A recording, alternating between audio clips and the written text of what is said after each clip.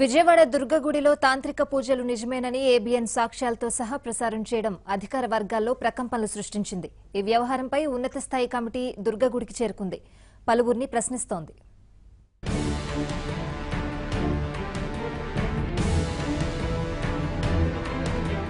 ఆగమ శాస్త్రానికి వైదిక పరిషత్ సూచనలను దొంగల తొక్కి అమ్మవారి సన్నిధిలో భైరవి అనే తాంత్రిక పూజ నిర్వహించారని ఆధారాలతో సహా తేలింది.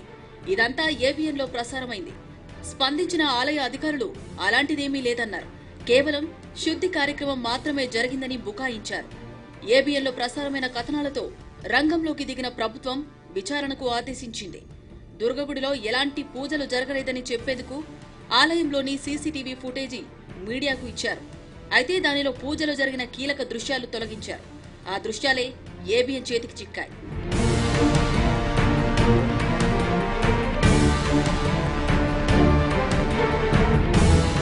రాత్రి 10 గంటలకు దుర్గగుడి అంతరాలయాన్ని ఎస్పీఎఫ్ ఆలయ సూపరింటెండెంట్ అక్కడున్న అర్చకుడి సమక్షంలో మూసివేయాల్సి ఉంటుంది.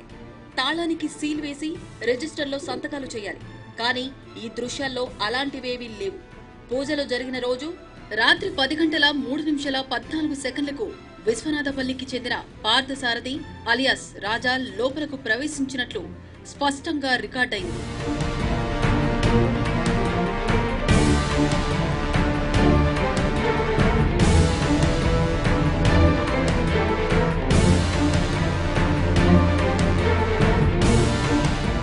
అదే రోజు రాత్రి 10:50:26 మరో అర్చకుడు ప్లేట్లో గుమ్మడికాయ తీసుకుని అమ్మవారి సన్నిధిలోకి వెళ్తున్నట్లు స్పష్టంగా రికార్డైంది.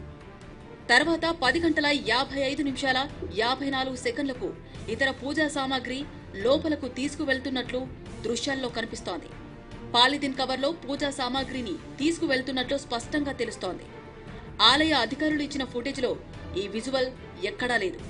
ఎలాంటి పూజలు జరగలేదని చెబుతున్న అధికారులు కనిపిస్తున్న దృశ్యాలకు ఏం సమాధానం చెబుతారని వేద పండితులు ప్రశ్నిస్తున్నారు.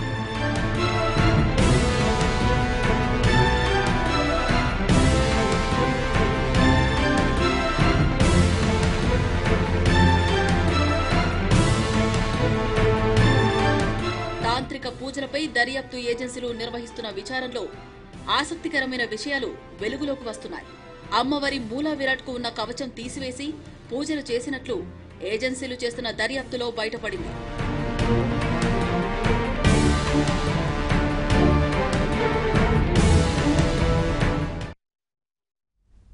అప్డేట్స్ ను మా ఏపీ బ్యూరో చీఫ్ రామారావు అడిగి తెలుసుకుందాం. రామారావు, కమిటీ ఎవరెవరిని ప్రశ్నిస్తోంది? పూర్తి ఇన్ఫర్మేషన్ ఏంటి?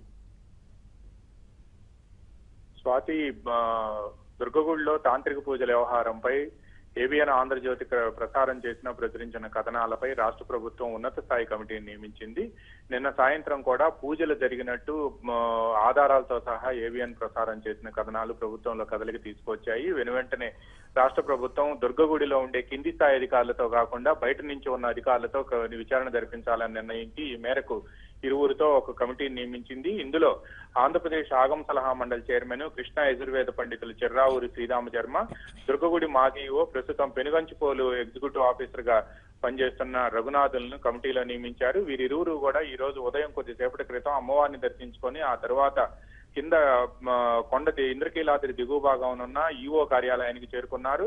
అక్కడ ఈవో కార్యాలయంలో గదిలో వీళ్ళిద్దరూ కూడా కూర్చొని ఆ రోజు ఎవరైతే ఈ పూజలు చేశారని చెప్పి ఆరోపణలు వస్తున్నాయో ఆలయ ప్రధాన అర్చకుడు బద్రీనాథ్, మిగతా ఆయన బంధువులు, మేనల్లుడు, ఆయన తమ్ముడు, కుమారుడు వీళ్ళందరినీ కూడా పిలిపించి మాట్లాడుతున్నారు. ఆ సమయంలో ఉన్న ఎస్పీఎఫ్ సిబ్బందిని కూడా పిలిపించి మాట్లాడుతున్నారు.